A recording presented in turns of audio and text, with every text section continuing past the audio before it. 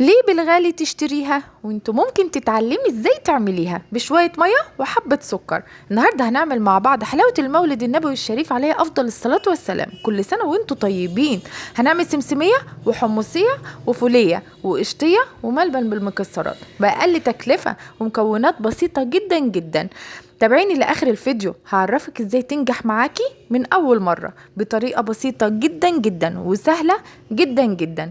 لو انت ما تعرفينيش، انا اسمي زوزو. لو انت اول مرة تشوفي القناة بتاعتي ما تنسيش تعملي لي اشتراك ولايك وشير وفعلي زر الجرس، هتلاقي معانا احلى الوصفات واحلى الاكلات. يلا بينا نسمي الله ونصلي على الرسول عليه افضل الصلاة والسلام ونبدأ الوصفات بتاعتنا. اول حاجة هنعمل هنا القشطية. خلاص، هنجيب صينية، اي صينية عندك. انا معايا صينية ستانلس. هبدأ ان انا ادهنها بالزيت، يعني تجيبي الفرشة بتاعتك وندهن الصينية بتاعتنا زيت ونرشها حبة جوز، نرش الجوانب بتاعتها وأرضية الصينية بجوز اللي هو الجوز الناعم، ونرش حبة زبيب. طبعا احنا عارفين ان القشطية بتاعتنا بيبقى عليها جوز وزبيب، فاحنا هنرش الصينية بتاعتنا بحبة جوز عليه حبة زبيب زي ما انتوا شايفين. لازم نجهز الحاجات اللي احنا نستخدمها معانا علشان شغلنا يكون سريع. هنجيب حلة هننزل فيها بكوبايتين من السكر، عليهم نص كوباية مية. تمام كده، جبنا حلة نزلنا بكوبايتين من السكر، عليهم نص كوباية مية، عليهم نص كوباية عسل جلوكوز زي ما انتوا شايفين. خطوة خطوة اتبع الخطوات، والله العظيم هتعملي احلى قشطية هتعجبك وهتبقى وصفتك الاسبوعية اللي تعمليها. هناخد الحلة بتاعتنا وهنروح على النار، هنشغل النار بتاعتنا بس هنوطيها، هنهدي النار بتاعتنا خالص، يعني 3 دقايق كده يا دوب ان هي السكر داب وغلت على النار زي ما انتوا شايفين. تكون النار بتاعتك هادية. شايفين هنا بقى احنا هنعمل اختبار السكر بتاعنا. شايفين انا جبت طبق فيه مية ساقعة، احط نقطة من العسل بتاعنا اللي احنا حاطينه على النار. طبعا لسه انا شايفاه ان هو لسه ما مسكش شوية، هعمل له اختبار تاني اهو. بعد شوية من الغليان هجيب الطبق تاني واحط نقطة من العسل بتاعنا اللي احنا حاطينه على النار علشان اعمل له اختبار. اجي امسكه بايديا كده، تحس ان هو بدأ يلزق معاكي. انا مش زي ما انت شايفة بينه وبين صوابع عامل ازاي. انا منيش عايزاه يسكر قوي يعني ينشف قوي، ولا انا عايزاه يكون دايب قوي. نبدأ نشيل الحلة بتاعتنا من على النار ونسيبها على جنب. نيجي بقى هنا هنعمل الخطوة التانية بتاعتنا. هنجيب نص طاسة نحط فيها نص كوباية مية و4 معالق جيلاتين. تمام كده، يبقى جبنا طاسة حطينا فيها نص كوباية مية و4 معالق جيلاتين على نار هادية جدا جدا، ونقلب بالراحة زي ما انتوا شايفين. ننزل عليهم بنص كوباية عسل جلوكوز. يبقى احنا في الخطوة الاولانية حطينا نص كوباية عسل جلوكوز. الخطوة التانية اللي احنا حطينا فيها الجيلاتين ونص كوباية المية هننزل عليهم بنص كوباية برضو عسل جلوكوز، ونقلب كده على نار هادية. اهم حاجة ما تعليش النار، لازم النار بتاعتك تكون هادية، ونقلب بسرعة بسرعة علشان ما يقفش معانا. كل حاجة تكون على السريع، اهم حاجة التركيز. والله العظيم كل ما هتركزي هتطلع معاكي احلى حلويات. هنيجي هنا بقى هنجيب طبق او بولة اللي موجود عندك، هننزل فيه في الطبق بتاعنا بالمكونات اللي حطيناها في الطاسة اللي هي نص كوباية المية و4 معالق جيلاتين ونص كوباية عسل جلوكوز. هننزل في الطبق بتاعنا بالمكونات دي، وبعدين ننزل بالعسل اللي هو 2 كوباية سكر ونص كوباية مية ونص كوباية عسل جلوكوز، وننزل على المكونات دي برضو في الطبق، ونجيب المضرب الكهربي بتاعنا. تمام، ونشغل عليهم المضرب الكهربي بتاعنا بسرعة جدا. هنا بقى انت حابة الخطوة دي مش مشكلة، مش حباها اللي يريحك. انا بحب الفانيليا بتاعتي في كل حلوياتي وفي كل الحلويات اللي انا بعملها. نزلت بفانيليا، رشة فانيليا، ونزلت بمعلقة ماء ورد. عندك ماء الورد، ماء الزهر زي ما بتسميه، اي طعم انت عايزاه. طبعا احنا عارفين ان حلويات المولد طعمها بيبقى مية ورد، فانا نزلت بمعلقتين او معلقة مية ورد، ونزلت برشة فانيليا، واشغل المضرب الكهربي بتاعي باستمرار. عايزة المضرب اليدوي بس هتتعبي فيه، لازم تكون خطواتك سريعة. المضرب الكهربي بيسهل عليكي جدا. تفضلي مشغلة الضرب لحد ما نوصل للقوام الابيض التقيل اللي احنا هنشوفه قدامنا. شايفين القوام بيتقل اهوت ولونه بقى ابيض اهو. فعلا كل ما تشغلي الضرب بالمضرب بيديكي قوام ابيض تقيل زي ما انت شايفه كده. شايفه تقل معاكي ازاي ولونه ابيض؟ اجيب بقى الصينيه بتاعتنا اللي احنا راشين فيها الجوز والزبيب، وننزل بالمكونات بتاعتنا اللي احنا ضربناها بالمضرب الكهربي بتاعي اهي. شايفين اهي بنزل المكونات بتاعتي. شايفين شكلها عامل ازاي؟ والله العظيم طلعت اللي دقها قال لي ده كأنها قشطية جاية من محل الحلويات بالظبط. والله طعمها احلى وانضف كمان. طبعا انا وزعتها في الصينية اهو زي ما انتوا شايفين. ابدأ ارش على الوش كده حبة جوز برضو اهو. ممكن انت تسيبيها بره التلاجة، وممكن عايزة تعينيها في التلاجة، انت حرة يعني. يدوب 3-4 ساعات، بس انا سبتها ساعتين لقيتها مسكت والله. زي ما انتوا شايفين حطيت على الوش الجوز والزبيب وسبتها يدوب ساعتين. انت بقى حابة تسيبيها من 3 أو 4 ساعات زي ما انت شايفة. واقوم جايبة الصينية بتاعتنا واقوم قلبها بالشكل ده. ادي شكلها قدامكم اهو. اتمسكت، شكلها حلو، طعمها جميل جدا جدا. احلى قشطية، مش هقولك زي الجاهزة، والله العظيم احلى من الجاهزة. كفاية ان انت عاملاها بايدك وفي البيت، ومكوناتها بسيطة جدا جدا وسهلة جدا جدا، وما بتاخدش وقت في تجهيزها. تمام، شايفين؟ وطرية للناس اللي ما بتعرفش تاكل الحاجات الناشفة، دي طرية قوي قوي حلوة معاكي. طبعا احنا هنجيب السكينة بتاعتنا وهنبدأ نقطعها، بس في ملحوظة ما تستعجليش وتجري الفيديو. التركاية الأساسية اللي أنا عايزة أقولها لك وانت بتقطعيها، لازم تكون السكينة بتاعتك مدهونة زيت يا مدهونة نشا، علشان تقدري ان انت تقطعيها وما تلزقش في الجوانب بتاعتها في السكينة. زي ما انت شفتي بقى القشطية بتاعتنا كده خلصناها وقطعناها ورصناها في الطبق. نيجي بقى هنا مع بعض علشان نعمل الملبن بتاعنا. تمام كده، هنجيب حلة معانا اهي. خلاص، هننزل بكوباية ونص مية وكوباية ونص من السكر على نار هادية. تمام، شايفين؟ جبنا حلة حطيناها على النار، نزلنا بكوباية ونص من المية مع عليهم كوباية ونص من السكر على نار هادية لحد ما احس ان السكر ده وهو بدأ يغلى. اجيب طبق فيه 6 معالق كبار من النشا. احنا ماشيين مع بعض خطوة خطوة.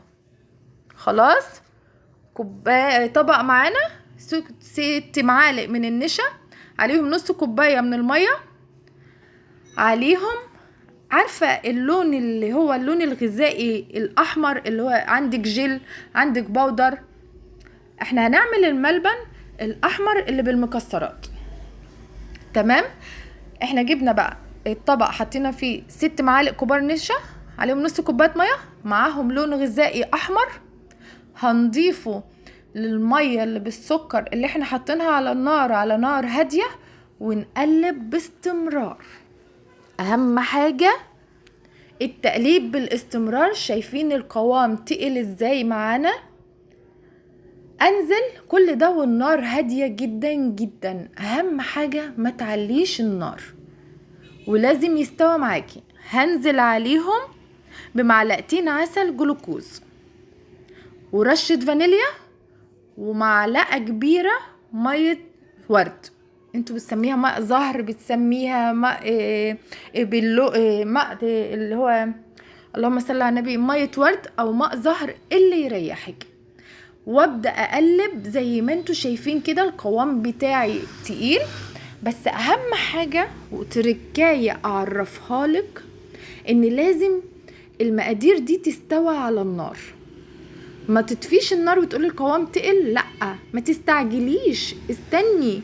هنا بقى انا حطيت رشة ملح ليمون. عندك عصرة ليمونة برضو ما فيش مشكلة، ما عندكيش حطي رشة ملح ليمون يا عصرة ليمونة، وتفضلي تقلبي على النار ما تحسي ان القوام بتاعك المقادير بتاعتك استوت، وتحسي ان القوام تقل زي ما انتوا شايفين كده. بعد الغليان على النار يعني حوالي من ربع ساعة ل20 دقيقة هنجيب طبق 3 معالق جيلاتين وربع كوباية مية دافية، وهنقلبهم مع بعض لحد ما احس ان الجيلاتين داب في ربع كوباية المية. انزل بالجيلاتين والمية على الخليط بتاعنا والمكونات بتاعتنا اللي احنا حاطينها في الحلة على النار، وقلب باستمرار. كل ده وايدك شغالة تقليب تقليب تقليب باستمرار باستمرار. لازم النشا بتاعك يستوى، لازم السكر بتاعك يكون مظبوط. هنا بقى انا نزلت بفول سوداني، مش مهم بندق. احنا طبعا عارفين ان الملبن الاحمر اللي بيبقى فيه بندق وبيتباع ده، احنا ما عندناش بندق. بصراحة انا كان عندي حبة فول سوداني متحمص، اهم حاجة يكون متحمص. نزلت بيه على المكونات بتاعتنا اللي هي على نار هادية، وقلب برضو لحد ما احس كل مدى ان المكونات بتاعتنا بتستوى معايا وبتتقل معايا اكتر وتتماسك كده. بتطمني ان الملبن بتاعك الاحمر ده فعلا طلع مظبوط و100%. هنا بقى بعد يدوب من ربع ساعة ل20 دقيقة تقليب واستمرار على النار، جبت علب. عارفين العلب اللي هي بتبقى بتاعت التلاجة اللي هي مش عالية قوي او عالية عندك مفيش مشكلة، برضو تدهنيها زيت او تجيبي كيس شفاف من اللي هما الاكياس بتاعت التلاجة وتدهنيه زيت وتحطيه في العلبة، وتنزلي بالمكونات بتاعتنا اللي احنا سويناها على النار. والله العظيم الولاد هيحبوه وهيقولوا لك ده طعمه حلو قوي. شايفين انا جبت كذا علبة والمقدار ده طلع معايا كمية حلوة وجميلة جدا، وتقدري تفرقي منه على حبايبك. طلع معايا 3 علب زي ما انتوا شايفين. برضو ممكن تسيبيه في التلاجة وممكن تسيبيه برا التلاجة برضو 2-3 لحد ما يتماسك. هنا بقى قلبت العلب في الطبق وتقطعيها بالشكل اللي انت عايزاه، زي ما انت عايزة تقطعيها. تمام كده، خلصنا الملبن الاحمر اللي محشي مكسرات. نيجي بقى هنا للملبن العادي بتاعنا اللي هو بيتعمل بعين الجمل او ملبن سادة. تمام، جبنا حلة وحطيناها على النار، نزلنا في الحلة بكوبايتين من السكر عليهم كوبايتين من المية، وبرضو النار بتاعتنا هادية جدا. انا مش بعلي النار في شغلي علشان ما تحرقليش الحاجة وتبوظ لي الدنيا. قلبت لحد السكر بتاعي ما داب. اجيب طبق او بولة صغيرة اللي موجود عندك. نزلنا في الطبق او البولة ب7 معالق كبار نشا، معالق هرمية 7 معالق كبار نشا. نزلنا عليهم بنص كوباية مية، وقلبت النشا في نص كوباية المية، وانزل على المية والسكر بتوعنا اللي احنا حاطينهم على النار. تحس ان يدوب هما دفهم بس والسكر ده. نزلت بالنشا والمية بتاعتنا واقلب كده، برضو ايدك شغالة تقليب علشان ما يتكتلش معاكي والنشا ما تعملش كتل. طبعا ايديا شغالة تقليب لحد ما تقل بالشكل اللي انتوا شايفينه. نزلت بمعلقتين عسل جلوكوز اهو قدامكم، تمام، معلقتين عسل جلوكوز. على فكرة التركية دي على فكرة انت هتقولوا عليا رغاية وهتجروا الفيديو، بس انا عايزة اقولك حاجة، والله كل خطوة في الفيديو هتفيدك وهتنفعك. ما عندكيش عسل جلوكوز مفيش مشكلة، ممكن ما تحطيش عسل جلوكوز على فكرة، بس لو متوفر عندك انا بحب استخدمه فحطيت منه معلقتين، وبعدين نزلت برشة فانيليا ومعلقتين ماء ورد، مية ورد اللي احنا بنستخدمها بتدي ريحة. اصل دي حلاوة المولد، وحلاوة المولد النبوي ما تبقاش طعمها حلاوة الا ما نحط فيها ريحة مية الورد، تمام. برضو واشتغل تقليب. هنا بقى في تركاية مهمة جدا جدا جدا، انا حطيت فصين مستكة، انا بحب كده. انت مش عايزة تحطي فصين المستكة، فصين مستكة كده في ايدك اللي هما ناعمين صغيرين كده، حطيتهم بصراحة وبيدي ريحة حلوة قوي ونكهة حلوة قوي والطعم جميل جدا جدا هيعجبك. نزلت برشة ملح ليمون، ما عندكيش ملح ليمون عصرة ليمونة كده، عصر يعني يدوب هي نقطتين ليمون، وتفضلي تقلبي. لازم التقليب باستمرار علشان النشا بتاعك يستوى والعسل بتاعك يتطبخ كويس جدا جدا، تمام. جبت بقى كوباية نزلت فيها معلقتين 3 معالق، معلش اسفة، 3 معالق جيلاتين، معاهم ربع كوباية مية مغلية، وقلبت الجيلاتين في ربع كوباية المية المغلية، ونزلت على المكونات بتاعتنا اللي احنا حاطينها على النار وقلب كل ده، وايديكي شغالة تقليب تقليب باستمرار باستمرار. طبعا انت هتحطي الجيلاتين ده امتى؟ هتحطي الجيلاتين ده بعد يدوب تقليب برضو المكونات بتاعتنا حوالي من ربع ساعة ل20 دقيقة، بقلب المكونات بتاعتنا على النار. الجيلاتين ده ما تحطوش على طول كده لحد ما احس ان القوام بتاعي استوى وتقل معايا.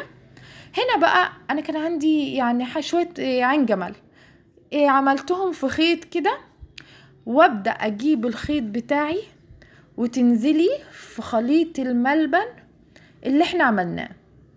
انا حباه يبقى خفيف لان حبه عين الجمل، فمش عايزاه اعمله طبقتين. انت ممكن تطلعيه وتنزليه كذا مره لحد ما يتقل من الملبن بتاعك، ولو انت مش حابه عادي مفيش مشكله، انا بعمله طبقه واحده اهو زي ما انت شايفه. لحد ما حسيت ان الملبن بتاعنا غطى عين الجمل، اجيب طبق فيه حبه نشا وانزل بالحبل بتاعنا اللي احنا عملناه بالملبن وعين الجمل فيه، واسيبه برضو من 2 ل3 لحد ما يتماسك ويبرد معاكي. ما تعينهوش في التلاجة، اهم حاجة الملبن بالعين الجمل تسيبيه على الترابيزة او على الرخامة بتاعتك من 2 ل3 لحد ما تحس ان هو تماسك، وهتاكلي احلى حبل ملبن بعين الجمل. ولو ما عندكيش مفيش مشكلة، بصراحة هو كان الفيديو فصل هنا وانا ما اخدتش بالي.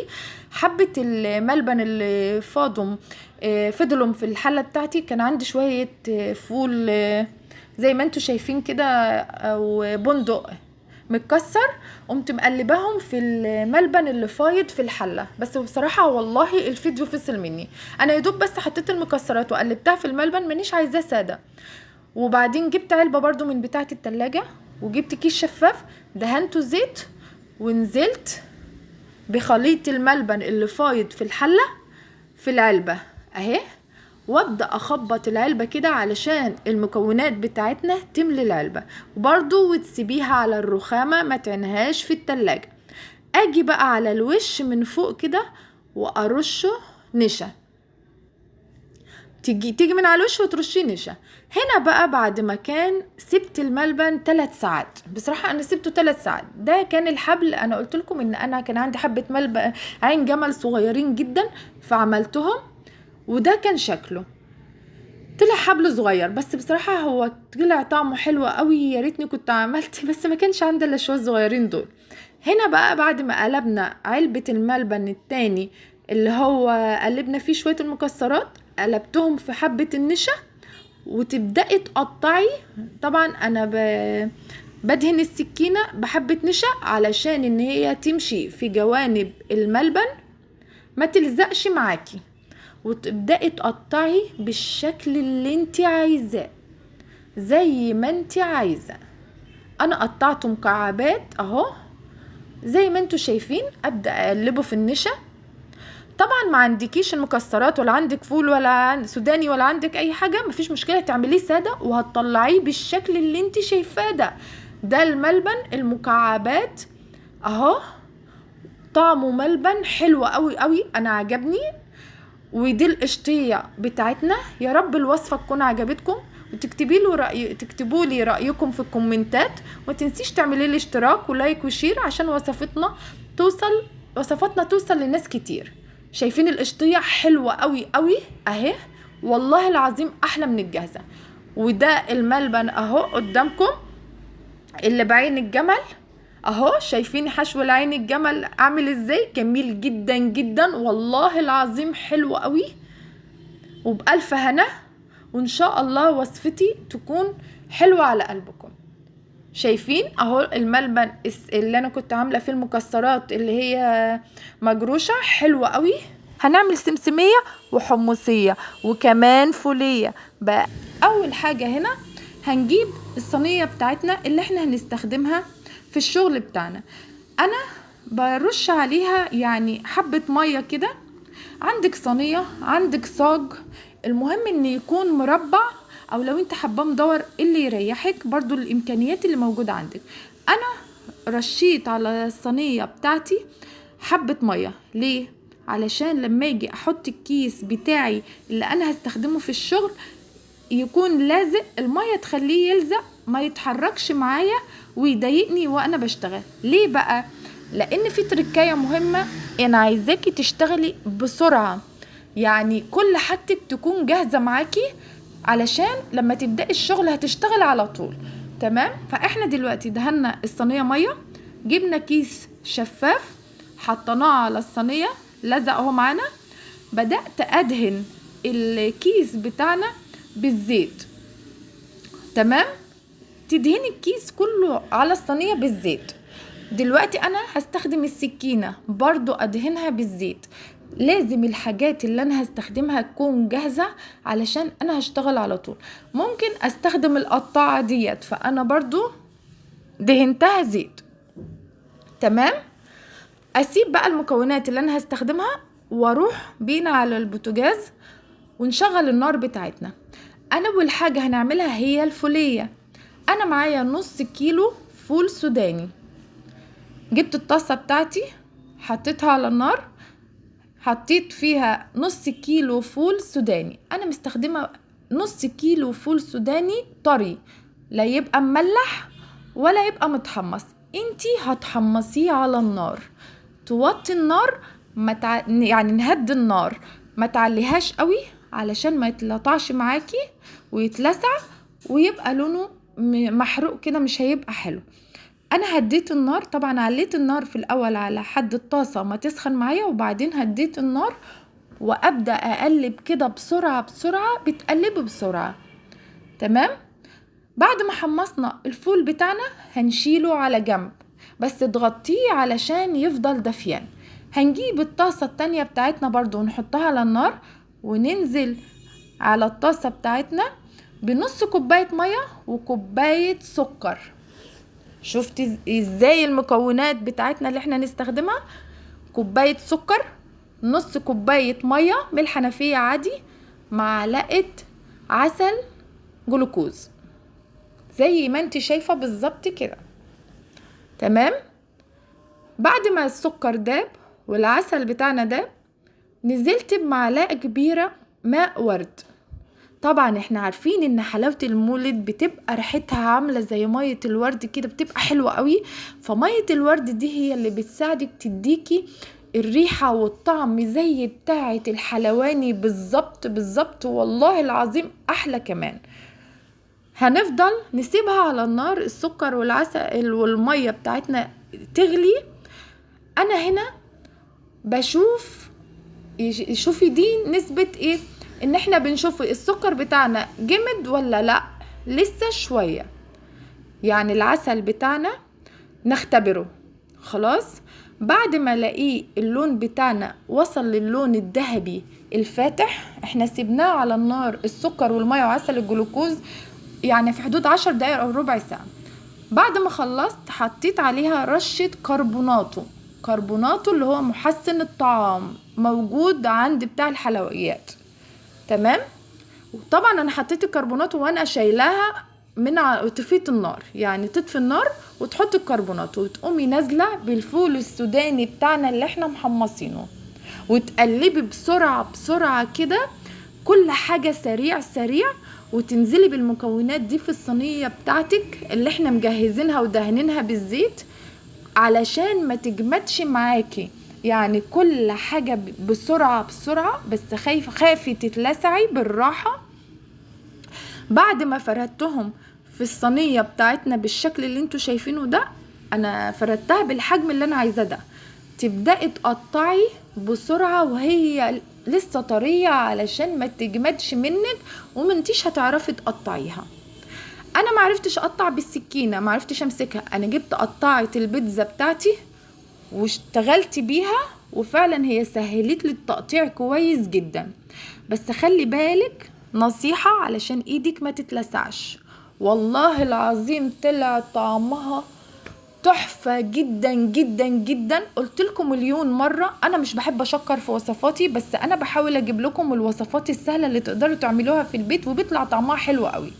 زي ما انتوا شايفين كده، قطعتها بالشكل وبالحجم اللي انا عايزاه، الشكل والحجم اللي انتوا عايزينه بنفس المنظر ده. والله ما اخدت 5 دقايق وكانت نشفت معايا عقبال ما خلصت التقطيع، وطلعت حلوة قوي قوي اهو. تقطعي بسرعة وهي طرية لسه معاكي قبل ما تنشف منك وما تعرفيش تقطعيها. لازم شغلك ده يكون كله على السريع، بس حسب ايدك تتلسع. تمام. انا فردتها اهي قدامكم اهيت، شلتها من الصينيه، فردتها على البلانشه بتاعتي لحد ما نشفت، ما خدتش 5 دقايق ولقيتها ناشفه. انا بقطعها اهو قدامكم عشان ارصها في الطبق اهي. شايفين شكلها؟ شكل الفوليه طعم جدا حلو قوي قوي بجد. قمر قمر قمر. الوصفه دي عجبتني قوي بجد، انا حبيتها. وغير المولد النبوي ان شاء الله انا هعملها في الايام العاديه.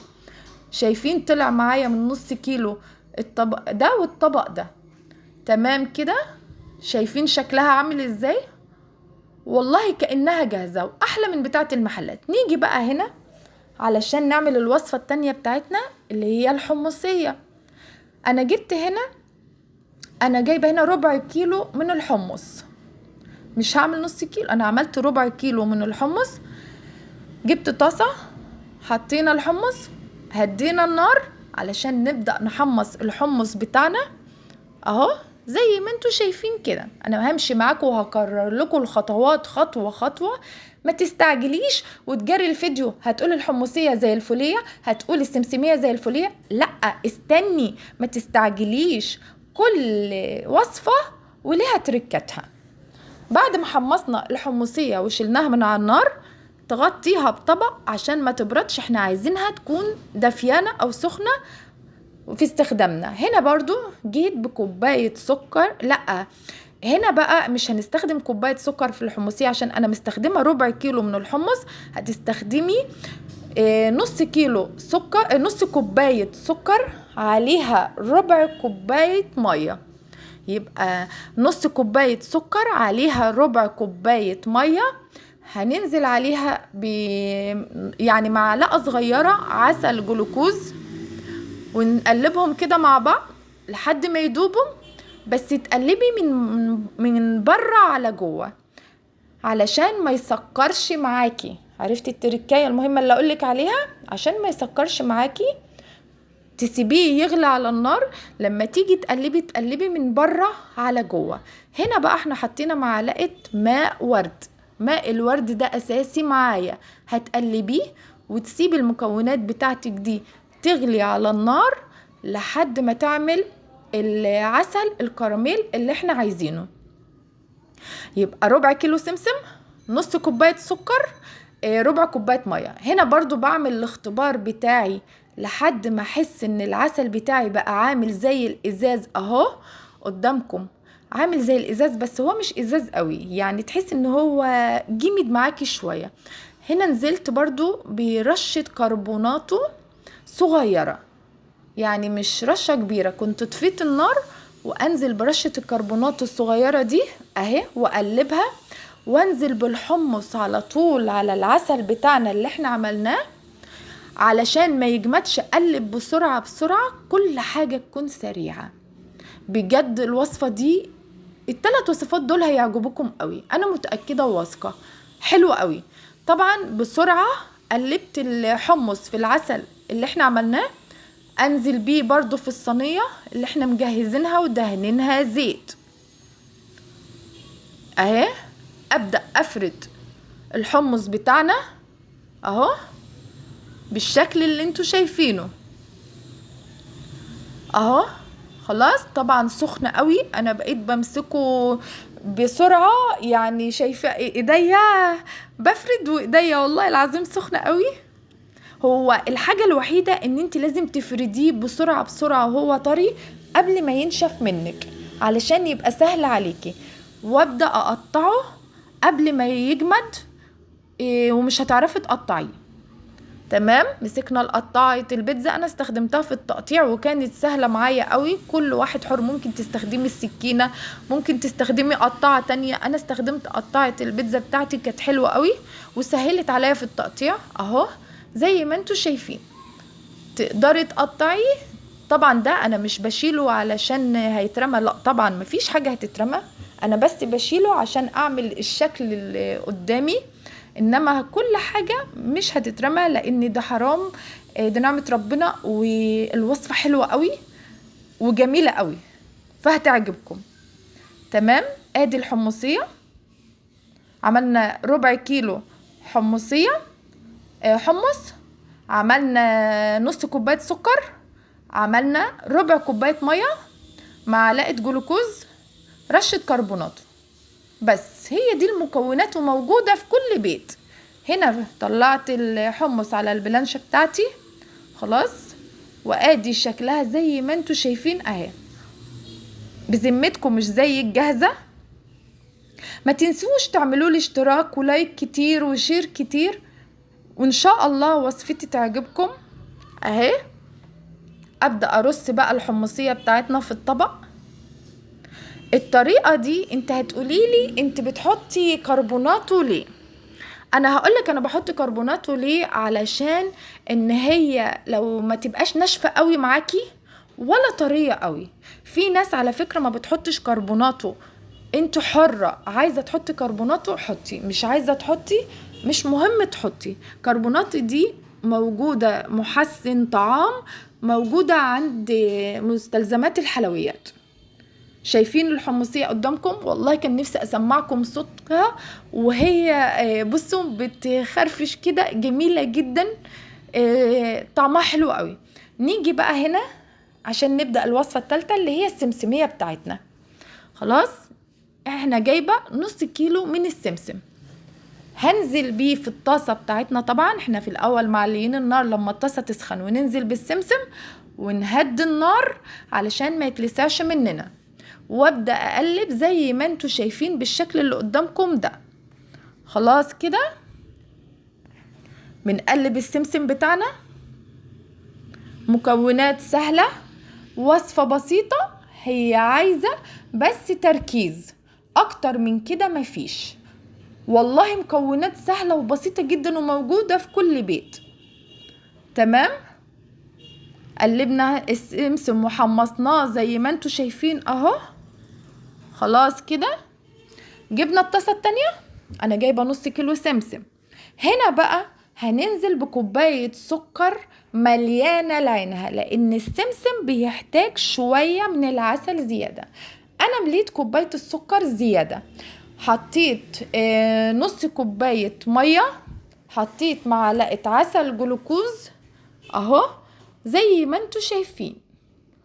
نزلت بعسل الجلوكوز. تمام. في ناس بقى بتحط رشة ملح ليمون او عصرة ليمون، تبع برضو رغبتك وحريتك. انا عملتها بالطريقة دي من غير ملح ليمون ولا عصرة ليمون وطلعت حلوة قوي. طبعا هنا احط معلقة ماء الورد اللي بتخلي الريحة والطعم مالية البيت وطعمها جميل جدا جدا، وتسيبيه بقى يغلي على النار لحد القوام اللي احنا عايزينه مظبوط جدا جدا، اللي احنا بنعمل له اختبار. ان انت تجيبي طبق فيه كوباية مية ساقعة ونعمل الاختبار بتاعنا، وننزل برشة صغيرة كده من العسل نشوفه هيجمد معانا في المية الباردة بتاعتنا ولا لا. تمام. هنا بقى طبعا زي ما قلتلك، انت عايزه تحطي ملح ليمون حطي، مش عايزه تحطي انا ما حطيتش. في ناس بتحط ملح ليمون وفي ناس بتحط عصره ليمون، دي حريه شخصيه. عندك ميه وسكر ممكن تعملي بيه الوصفه دي، ما عندكيش جلوكوز ممكن ما تعمليش بيه. هنا بقى بعد السكر بتاعي والعسل بتاعي بعد ما وصل للون الذهبي اللي انا عايزاه، الذهبي الفاتح، مش عايزاه يكرمل قوي او لونه يبقى غامق، بنزل برشه الكربوناتو. تمام. بعد ما انزل برشة الكربونات وكون طافية النار، واقلب السمسم بتاعنا في العسل بتاعنا اللي احنا عملناه اهو بالشكل اللي انتوا شايفينه ده. اقلب بسرعة، كل ده بسرعة بسرعة، تكوني سريعة فيه. اهم حاجة تركزي. برضه اجيب الصينية بتاعتي وانزل بالسمسم اللي احنا قلبناه في العسل اهو زي ما انتوا شايفين. زي ما قلت لكم فايدة الكربوناتو ايه؟ مش عايزة تحط كربوناتو مفيش اي مشكلة، انت حرة. الكربوناتو ده بيظبط لك القوام بتاعها، يعني بيخليها يا تطلع ناشفة وقاسية قوي معاكي، ولا تطلع طرية قوي، بتطلع مظبوطة بالظبط على الشعراية. ما عندكيش كربوناتو مفيش مشكلة، ما تستخدموهوش، استخدمي المية والسكر وبس. عندك معلقة الجلوكوز حطيها. وصفات 3 وصفات سهلين جدا جدا. شايفين بعد ما فردت السمسم في الصينية بتاعتنا وجبت قطعة البيتزا وقطعته بالشكل، انا بقطع وهو طري بجد. هنا انا كنت اتلسعت في ايدي بس بشتغل بسرعة رهيبة قوي قوي اهو. لازم تكوني مركزة. تمام. خلاص كده بعد ما قطعت السمسمية بتاعتنا بالشكل ده وسبتها تبرد في الصينية، تجيبي طبق وترصها فيه بالشكل اللي انتوا شايفينه ده. والله العظيم انا مش بشكر في وصفتي، بس انا فرحانة ومبسوطة من الوصفات 3 وصفات بتوعي دول، وفرحت كل البيت بحلاوة المولد النبوي. وتابعوني في الفيديوهات الجاية عشان لسه هنعمل كذا وصفة من حلويات المولد النبوي. ما تنسوش تعملوا لي لايك وشير واشتراك في القناة بتاعتي. شايفين شكل الطبق حلو ازاي؟ مشكل بالسمسمية والحمصية والفولية. انا كان نفسي اسمعكم الصوت وانا بكسرها بجد، والله زي الجاهزة واحسن كمان. كفاية ان انت عاملاها بايدك وبطريقتك في البيت. شوفي الحمصية بتعمل ازاي، كان نفسي اسمعكم صوتها بس الحمد لله. شوفوا بكسرها، شوفي بكسرها شكلها عامل ازاي قدامكم. والله العظيم جميلة قوي، وصفة قمر قمر قمر قمر. وادي السمسمية بتاعتنا اهي، شايفين حلوة ازاي؟ جميلة جدا جدا. كل اللي اكلها شكر فيها. وكل سنة وانتم طيبين.